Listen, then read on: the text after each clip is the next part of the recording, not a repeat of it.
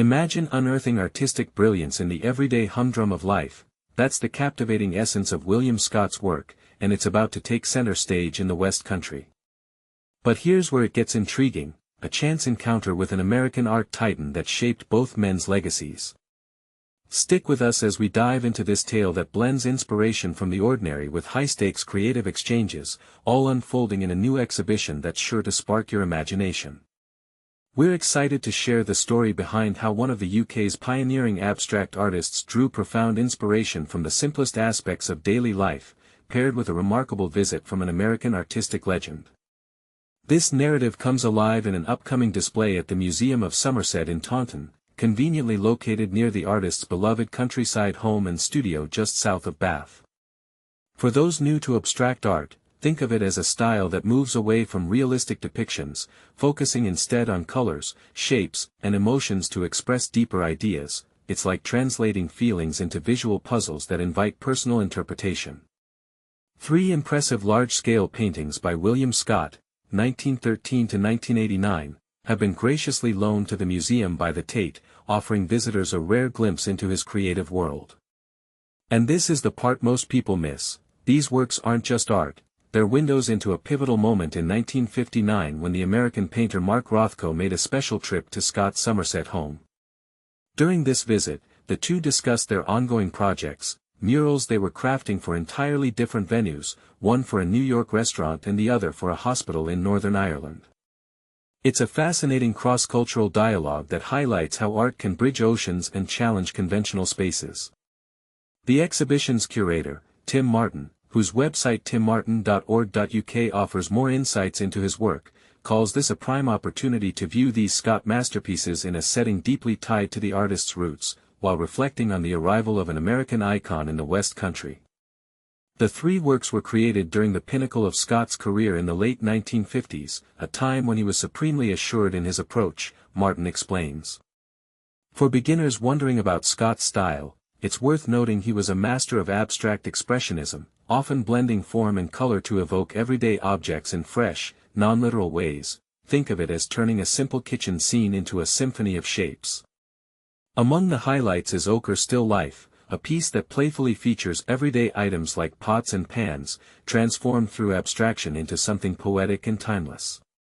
Another standout, Black Painting, might well be an abstract nod to rugged stone walls, inviting viewers to ponder the beauty hidden in ordinary structures. The exhibition, titled Beauty in Plainness, William Scott in Somerset, draws directly from Scott's own philosophy: I find beauty in plainness. This idea resonates deeply. It's a reminder that true artistry often lies in appreciating the understated elegance of the world around us, rather than grand spectacles. Scott first crossed paths with Rothko in New York during the early 1950s. As Martin notes, he was astonished by the immense scale and ambition of the abstract expressionist pieces emerging in New York. The two artists formed a strong bond, leading to Rothko's 1959 journey to Somerset, where he stayed with the Scotts. Their conversations centered on murals. Scott was laboring over a significant piece for the entrance hall of Altnagelvin Area Hospital in Derry, Northern Ireland. When this abstract mural was finally revealed to an invited audience, the reaction was reportedly one of stunned, horrified silence. And here's where it gets controversial: was this a bold artistic statement misunderstood by the masses, or a genuine misstep in public art?